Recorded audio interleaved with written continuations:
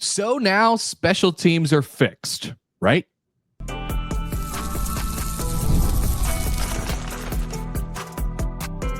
You are Locked On Nebraska, your daily Nebraska Cornhuskers podcast, part of the Locked On Podcast Network, your team every day. Thank you for making Locked On Nebraska your first listen every day. We are free and available wherever you get your podcasts and on YouTube, part of the Locked On Podcast Network, your team every day. And today's episode is brought to you by Game Time. Download the Game Time app, create an account, and use the code LOCKEDONCollege for $20 off your first purchase. All right, welcome in. Tuesday edition of the Locked On Nebraska podcast. I'm Mitch Sherman of The Athletic. Connor Happer of 1620 The Zone is alongside me, got his coffee. Cheers. We are ready to go. Yesterday on the show, as we were recording or just before we began to record, the news broke that Nebraska had made a hire. Mike Ekeler will be the special teams coach for the Huskers in 2025. Matt Rhule has got his guy, and all of a sudden, it's very clear. We understand everything that has gone on over the past month with special teams, because Mike Ekeler, with all of the energy and all of the passion and everything that comes along with this coach, and we're going to tell you a little bit about him today if you weren't around and weren't a fan of Nebraska or weren't paying close attention to Nebraska in 2008 to 2010. All of that takes care of the somewhat toned down answer, I think. I want to see if you agree. But I think all of that kind of takes care of the toned down answer that Matt Rhule gave on Saturday when he talked about the need to fix special teams and how Nebraska was going to do it. He knew that he had Mike Ekeler in his back pocket. Yeah, I totally agree. Like, actions speak louder than words, right? So, I mean, we were going to, I was definitely going to have this segment on my show. It's like, whoa, that answer was weird. Really? But all the problems were on the snapper, and I didn't think it was anything schematically that we were doing wrong. And I was just like, wow, what the heck? And then, of course, we don't have to wait long. Monday morning, the Mike Ekeler news comes down, and he very clearly, like, who knows if it's going to work. But I think he has a different approach, at least to the way he sort of attacks things. And I'll be curious, to hear him when he talks about what he saw sort of immediately, because Rhule. You want to hear Ekeler talk? Yeah. It'll happen. It'll be memorable. Yeah, it definitely will. Probably the spring, but it'll be memorable. Rhule mentioned in the interview, or in the press conference on Saturday, he was like, well, when we sat the candidates down and interviewed them, we sort of showed him some stuff and asked him what they saw and stuff like that. And I would imagine that and his exuberance made him a very viable candidate for the job. And the Will Compton endorsement, I mean, let's not kid ourselves. Like, there's something real there. Like, Will Compton is a guy who was recruited by Mike Ekeler when he was a part of Bo Pelini's staff. So Pelini gave Mike Ekeler his first full-time coaching job. Ekeler was a GA at LSU. Bo left Nebraska in a scorned state after the 2003 season when the Huskers decided to hire Steve Peterson, decided to hire Bill Callahan. And Bo went to Oklahoma for a year with Bob Stoops, his Youngstown bud. And then he ended up at LSU with Les Miles, right? That would have been Les. Yeah.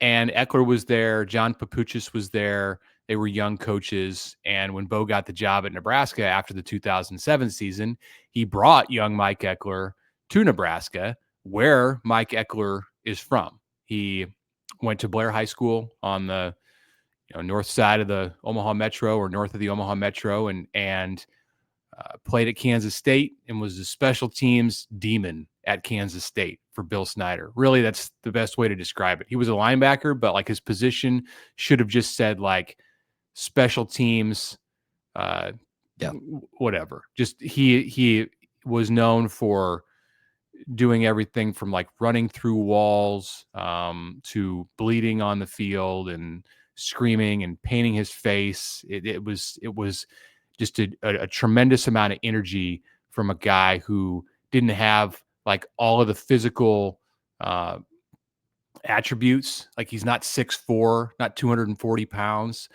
but he made his mark on special teams. And really that kind of defined the Kansas State program for a time as Bill Snyder was building that thing up to be competitive in the Big 8 and early Big 12 with programs like Nebraska and Oklahoma. Eckler made an appearance on Bussin' with the Boys a few years ago. I went back and Compton's a part of this. Yes. Right.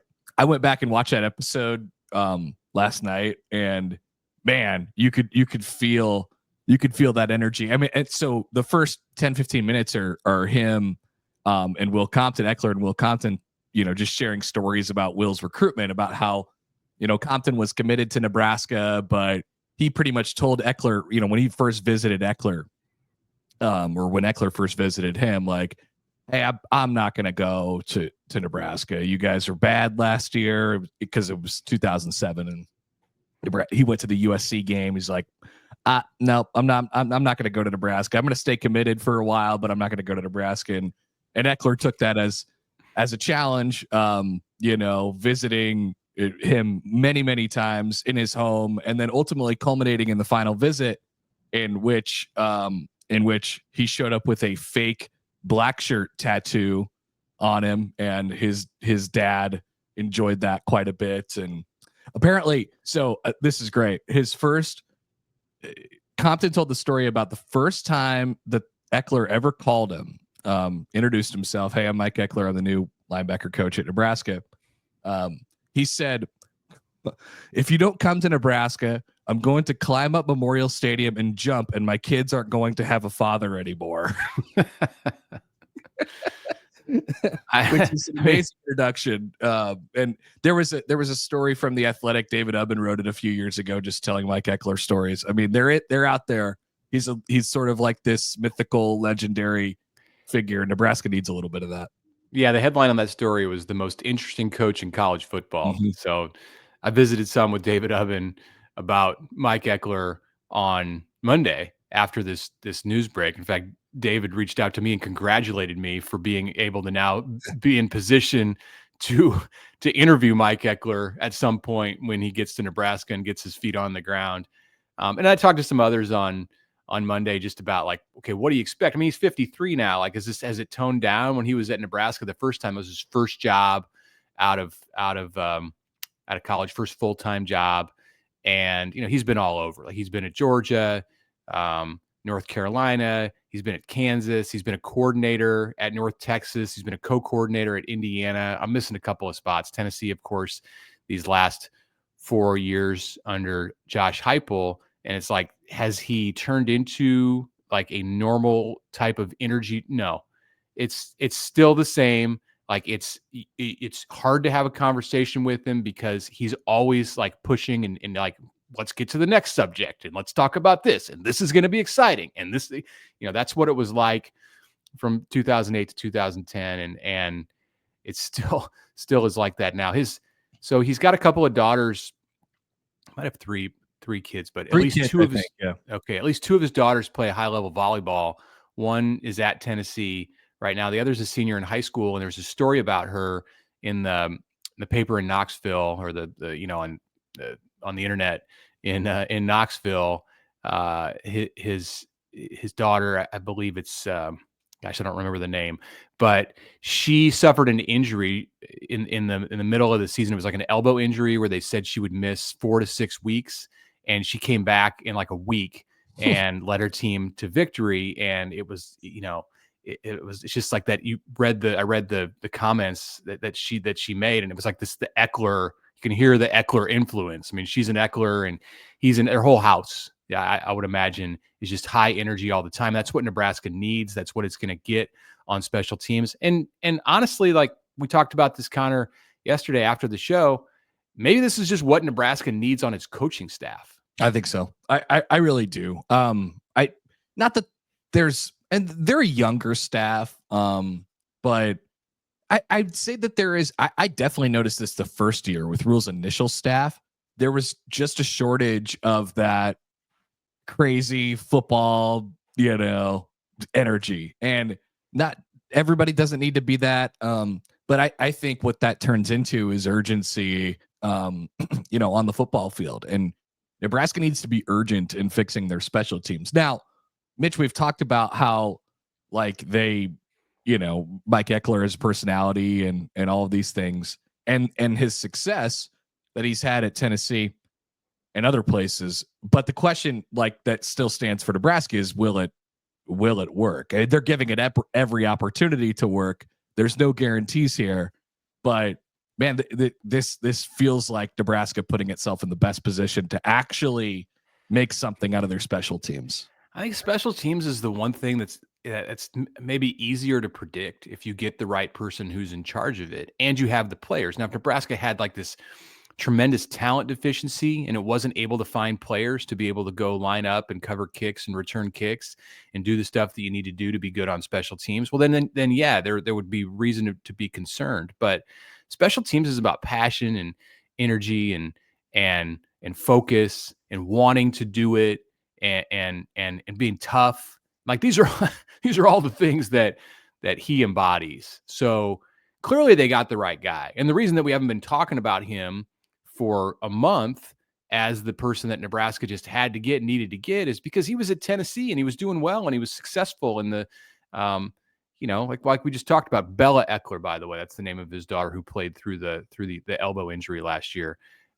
Because, he has roots there and it's like, can Nebraska actually go out and hire a coordinator from Tennessee? Like, I don't know if that's realistic, but clearly it was in this situation. And I don't, even if he didn't have the connection to Nebraska, hadn't been here, didn't have passion for the state and the football program and wasn't going to be like highly motivated to get Nebraska back to a place where it was when he left. Remember, Nebraska played in the Big 12 championship game in 2009 and through 2010 with Eckler as a part of that defensive coaching staff. And you may remember a little something about those defenses, those 2 years. The Pelinis had a lot to do with that, but he was involved. Like, he's going to have a high level of motivation to get Nebraska on special teams to a place similar to what its defense was, where its defense was in 2009 and 2010. One more thing on this before we take a break. Like, I know when this opened, when Foley wasn't going to come back, a month or so ago, I made the case that this job, the Nebraska special teams job, is not that attractive of a job just because of the past failures that anybody who's stepped into the job has had, and the things surrounding that. So, I mean, you have to give credit to Nebraska for going out and getting one of the best in the country. I mean, and what they've done with each of their coordinators, replacing them all now within the span of the last, 5 months, basically. They've done a really nice job for themselves. So, and then the coaching staff as a whole, which we could talk about, during the show today, they've retooled almost that whole thing at this point, Mitch. It's crazy. Yeah, we'll come back and I'll tell you why I disagree with you about whether the Nebraska special teams coordinator job was in fact a very attractive position. And we'll talk about the entire now complete new look of Matt Rhule's coaching staff for 2025. That's next. But first, let's talk for a minute about game time. This is Super Bowl week. Maybe you still want to go. Maybe that's unrealistic. Check out Game Time. It might not be, because attending the Super Bowl or any big event is an experience like no other. The energy, the excitement, the connection that fans have with each other, it's unmatched. You want to find tickets, you want to see a basketball game, a concert, Game Time can help you elevate that opportunity. Check out Game Time's new feature, Game Time Picks. You can get tickets with ease to the events that you want to see. Game Time Picks filters out the fluff to show you only incredible deals on great seats, so you don't have to waste time searching through thousands of tickets. I've used Game Time. You should try it. Browsing through the deals is a breeze. I love that it lets me see seats, the seat views before I click buy. The app shows you the total cost up front with no surprise fees at checkout. It's got the on-time ticket delivery and lowest price guaranteed to provide complete peace of mind. So take the guesswork out of buying tickets with Game Time. Download the app, create an account, use the code LOCKEDONCollege for $20 off your first purchase. Terms apply. Again, download Game Time today. Last-minute tickets, lowest price guaranteed.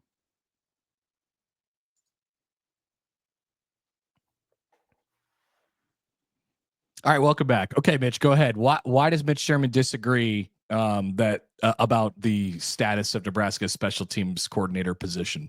Well, pretty simply because it's a coordinator job in the Big Ten, and there's like in the Big Ten, there's 18 teams, and I had to think about that for a second. And so you got 36 spots, 54 spots if you include the special teams coordinators, and that's it. And like the SEC's got a similar number of jobs, a few less, 16 teams in the SEC.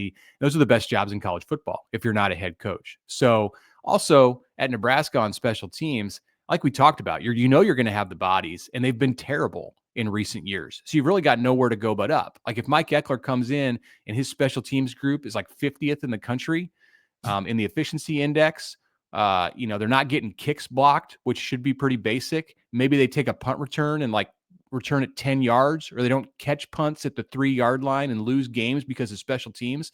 Just that, where the bar's at, it's not going to be that hard to be considered a success. Low. The bar is certainly low. I'll give you that. There's no doubt. That's not what he wants. Like he's going to come in and want this to be and look, you strive for the top. And if you get anywhere close, that's great. He's going to want to be the best special teams group in the country. Like Matt Rhule talked on Saturday about how special teams can give you a net neutral, or you can win games or lose games because of it. And I think a lot of people are like, hey, just get to net neutral. That's not going to be Mike Eckler's perspective, his viewpoint on special teams. So I think it's a good job, and I think it pays pretty well too. No doubt. Well, when you square all that up, and you square up the fact that they took him from an SEC coordinator, position already, like, yeah, they probably had to step up and pay him quite a bit. So then you look at, and we mentioned this right before we ended the first segment there, Nebraska's now replaced all 3 of its coordinators within the last calendar year, and really within the last couple of months. They've added Phil Snow as an associate head coach. They've added Phil Simpson, Terry Braden, Addison Williams, Da'Keel Shorts, and then Eckler, Holgerson, John Butler were all included in that coordinator conversation. The only people that are left from the original staff on the elevated part of the original staff, Marcus Satterfield, who's no longer the OC, is the tight ends coach. EJ Barthel is the running backs coach. Donovan Rail is the O-line coach, and Rob Dvorak's at inside linebackers. They have on the fly here, on the move, I mean, pretty much revamped this entire staff within the last year. Yeah, within the last 3 months. It's a dramatic change. Like year 3 for Matt Rhule is a separate chapter. Like they have turned a page from, and we're not saying like, oh, this is 9 wins, this is 10 wins. Like it's different. Like the way that the program looked in 23 and 24 is going to be different in 25 when there's going to be a completely different vibe in the coaching offices. Like these guys are going to have to get to know each other. Eckler just getting into town at the earliest, like right now, and it may still be a few days because this staff has taken a little bit of time, a little bit of downtime over this week and next week after they came off the road recruiting. But Terry Braden, the D-line coach, is still coaching. He's got the Super Bowl with the Chiefs this Sunday. So next week is the earliest. They're just getting to know each other in some cases. And of course, these coordinators who have to work with coaches under them, even in the case of Eckler, there'll be others who help with special teams. Like they have to develop the chemistry and the practice plans. So there's a lot to work out, but if they can sort through that, it has the potential to just kind of rewrite what Nebraska is as a coaching staff and as a program. It's exciting. And then you look at like the recruiting element of it, whether it's this more in the high school realm because of travel, but they have to pick 10 coaches in addition to the head coach who go out on the road when there are contact periods. Now you're going to include Keith Williams and Jamar Mosey in that group who go out on the road. So then you got to find 8, or you got to pick 8. It's a luxury who supplement those 2. And do Nebraska's recruiting outside of Lincoln. Different. It's a totally different dynamic, totally different scenario than what Nebraska football has ever experienced, including these past 2 years. I've seen people refer to the swift change that's going on right now as Rule 2.0, which I don't mind that. When you combine everything Like the whole staff is most of the staff, as we just explained, is new. They're going into this new world of the 105-man roster and the revenue sharing and all this stuff. It almost feels like it's a bit of a hard reset, or at least a soft one. Like I don't mind that. Like I'll be curious to see when we actually start playing football and they hit it that way, if the energy is different, right? If it feels different inside there. My guess is that it will, with all the changeover that they've had. Yeah. It'd be nice too to get to meet some of these guys. Like Nikhil Shorts did a couple minutes with the media in New York before I was out there. But as far as like Addison Williams, and Phil Simpson's been here before, but wasn't a full-time coach. Of course, Eckler, some people who've been around for a while have a sense of who he is, but we haven't talked to Phil Snow. Terry Braden hasn't even been in town. So yeah, there's a lot of getting to know you moments, I think, with the public, and then also with the coaches among themselves and with their players that are still to come over the next couple of months here. All right. So when we come back, we'll get to what we sort of teased in the previous segment. It goes right along with what we were just talking about, the revamping of everything. So they have to think about the roster in a completely different way. Rhule had a really good breakdown on Saturday about how they sort of view the 105, which pieces they viewed it. And it was pretty fascinating. And now we can use that as sort of our blueprint when we talk about Nebraska football's roster going forward. We'll let him explain it to you when we come back.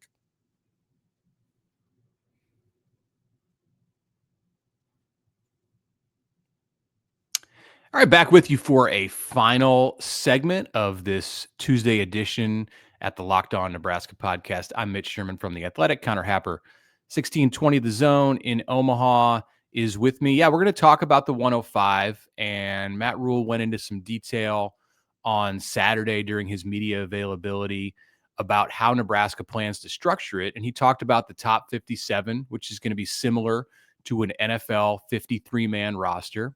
And then there's the next 48. And he went into some explanation about what Nebraska plans to do to construct that group and how the final 10 players on that group are going to be all about culture, about attitude, experience, leadership. Like they want versatile players there. So that's really interesting. And I don't know if that's something that other programs will do. I heard some feedback on social media after that. I think some people kind of misunderstood that, like that Nebraska was going to take guys who like couldn't earn a spot on the roster. Like they were like the old walk-ons, like the players who might've been 150 on the roster. And now they're going to make them 96 to 105. And like, no, like these guys are going to earn their spots, but what he's looking for is a way to incentivize that category of player even more so. Like you want to find value in the last 10 players of your roster. You do something to give them definition. I think there are going to be plenty of programs around the country that have those players in those spots, but there's not a whole lot of like understanding of what they're supposed to do to help the program. Agreed. Yeah. And so that's, and people will in the early stages of this, programs will approach it differently. And I think in this case, Rhule's experience in the NFL, is going to help inform these decisions. And I think, that was one of the things that we talked about right away. His experience in the NFL and how the game has changed. Yeah. Is that a negative for him, while he was away in the NFL? Well, now that college is basically the NFL, I think he's going to go ahead and tap into a lot of those experiences. So here he is on Saturday, sort of breaking that 105 down. Because, college football is a little different. So, like, we have, like, our first 57 that's just built exactly off of an NFL roster, right? So, like, when I say 57, like, we're always going to think about 3 quarterbacks instead of 2 because you probably have 3 on scholarship. So, just a couple tweaks here and there. And then after that, I think you want to start to have, like, the semblance of a second 53, but it's really the first team of that. And then as you get to the bottom 10 guys, if that makes sense, between like 95 and 105, I won't get caught up in, to me, there's going to be guys that bring a lot to the culture of the team. There's going to be guys that are flexible at practice, like Roman Mangini, whether he could be a starter next year or he could be, I don't know, but he's going to be on the team because there's no one that makes practice go better than Roman Mangini. I mean, he's out there catching balls on the scout team, spiking them, just raising the level of everything around us. And so, to me, that last group, and I don't even know how it's going to work yet. I mean, honest to goodness, I don't even know how the 105.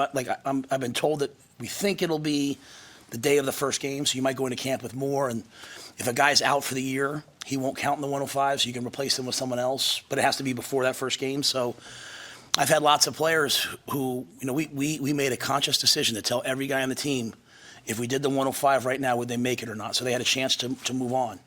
And some guys have moved on and they found spots, which I'm really happy for. Some guys have left as walk-ons here and gotten a scholarship somewhere else, which is great. But some guys have said, Coach, I'm staying here until you guys, kick me off like I'm a Husker. And that's hard for me to sit there and say, well, they're not going to make the 105. So we'll compete it out all the way to the end and see how the numbers play out.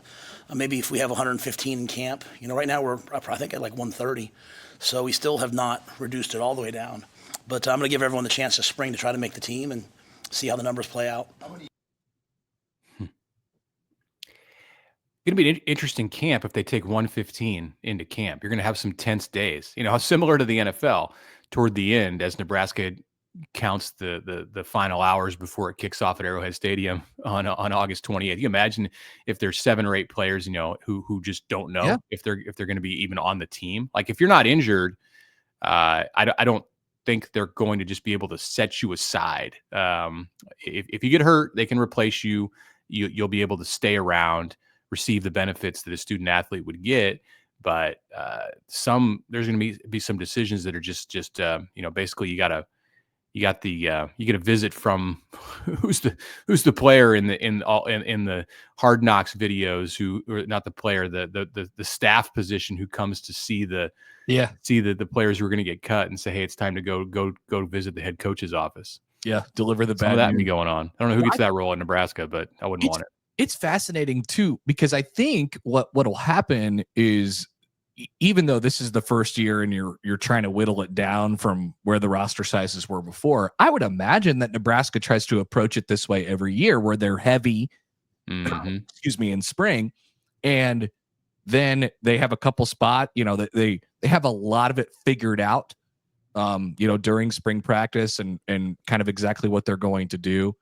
But you use the spring window as an opportunity to really have some serious position battles, and not only position battles, roster spots. Like I think there's going to be some people who you might be surprised after spring ball that aren't going to be here anymore. It'll be fascinating to see how that plays itself out. And I think, that's you can use those numbers and the fact that Nebraska has to whittle it down pretty good to their advantage to get the most out of your 105.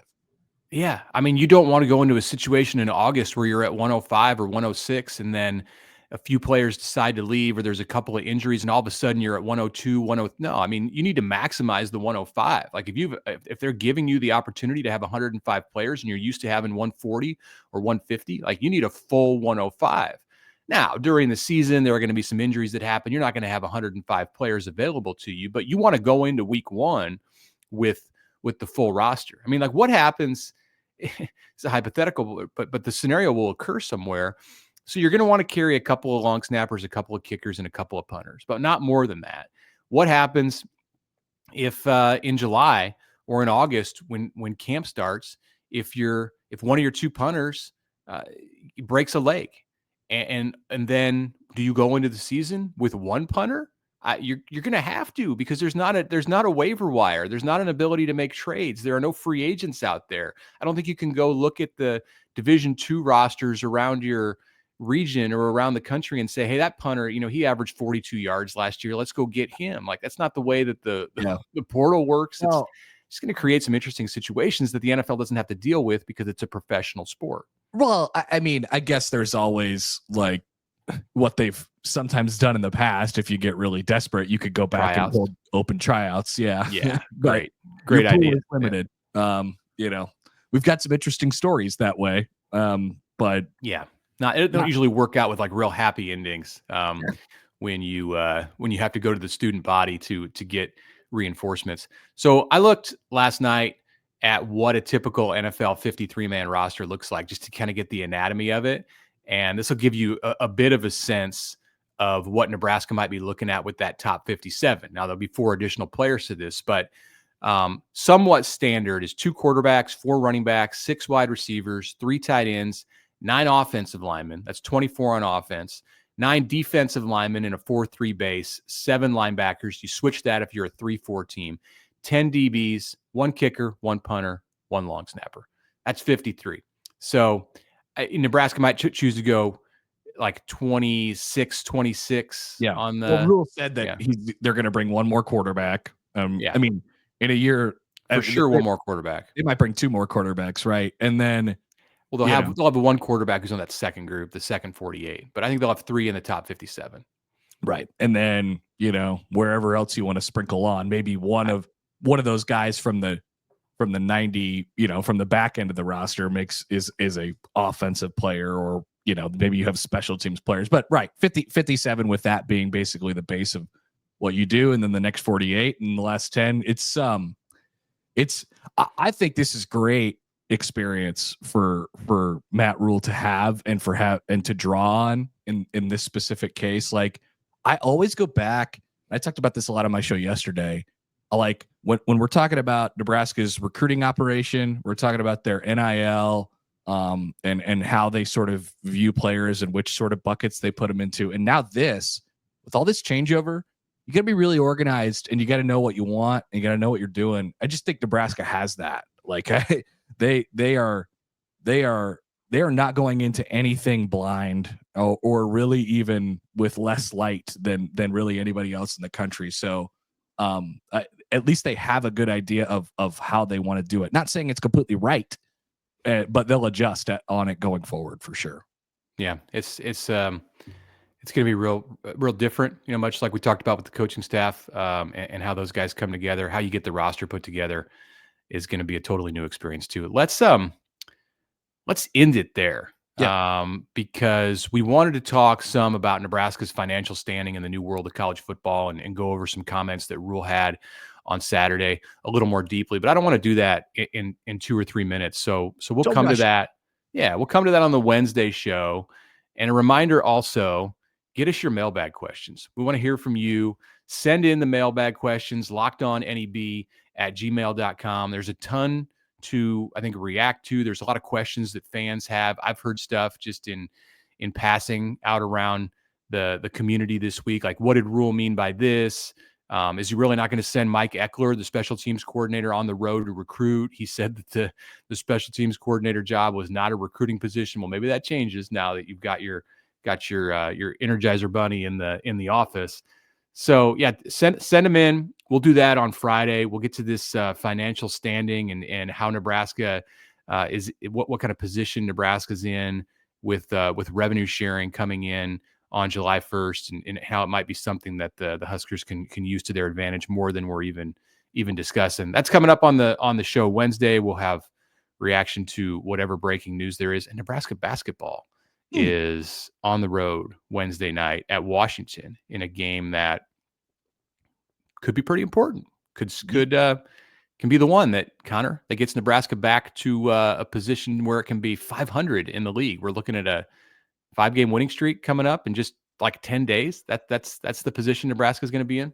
Ride the roller coaster, man. Ride the roller coaster. All right. Thanks for making the Locked On Nebraska podcast your first listen today. For your second listen, check out the Locked On Big Ten podcast. Craig's there. He puts the Big Ten first. Find Locked On Big Ten on YouTube or wherever you listen to podcasts.